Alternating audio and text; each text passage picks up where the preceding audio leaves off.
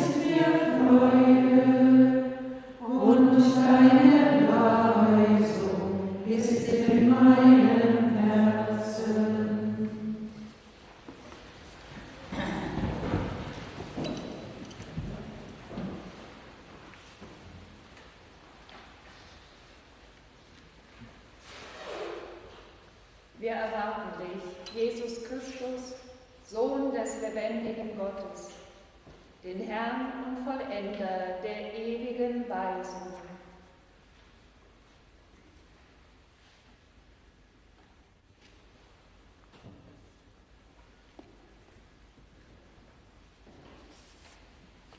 Lesung aus dem 2. und dem 5. Buch Mose. Gott redete mit Mose und sprach zu ihm: Ich bin der Herr und bin erschienen Abraham, Isaak und Jakob als der allmächtige Gott. Aber mit meinem Namen, Jahwe, Herr, habe ich mich ihnen nicht offenbart. Das Gebot, das ich dir heute gebiete, ist dir nicht zu hoch und nicht zu fern. Es ist nicht im Himmel, dass du sagen müsstest: Wer will für uns in den Himmel fahren und es uns holen, dass wir es hören und tun? Es ist auch nicht jenseits des Meeres, dass du sagen müsstest: Wer will für uns über das Meer fahren und es holen, dass wir es hören und tun? Denn es ist das Wort ganz nahe bei dir, in deinem Munde und in deinem Herzen.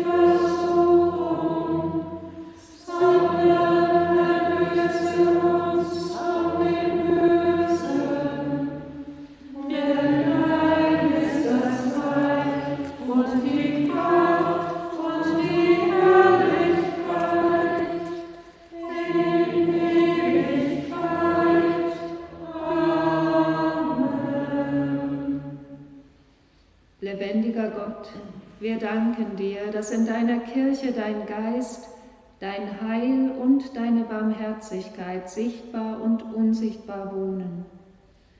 Wir danken dir für alle Gemeinschaft, die wir in deiner Kirche erleben, für durchtragende Seelsorge und geistliche Begleitung. Wir verbinden uns mit allen, die enttäuscht an deiner Kirche leiden und rufen, lass leuchten dein Antlitz, so genesen wir. Lass leuchten dein Antlitz, so genesen wir. Wir danken dir, dass wir in deiner Kirche erfahren und lernen können, was Leben ermöglicht. Glauben, Hoffnung, Liebe und Gerechtigkeit. Wir verbinden uns mit allen, die unter den Trennungen deiner einen Kirche leiden, die Einsamkeit und Trostlosigkeit erleben und rufen, lass leuchten dein Antlitz, so genesen wir. Lass leuchten dein Antlitz, so genesen wir. Wir danken dir, dass wir in deiner Kirche Heilung und Vergebung erfahren und versöhnt leben können. Wir verbinden uns mit allen, die in der Kirche Verletzung erlebt haben, denen Glauben und Leben erschwert wurde, und rufen, lass leuchten dein Antlitz, so genesen wir. Lass leuchten dein Antlitz, so genesen wir. So rufen wir zu dir, lass deinen Heiligen Geist unter uns wirken, erneuere deine Kirche, heile das Angesicht der Erde und schenke uns deinen Frieden durch Jesus Christus, der ist und war und der kommen wird. Amen. Lasst uns preisen den Herrn. Gott sei ewig Dank.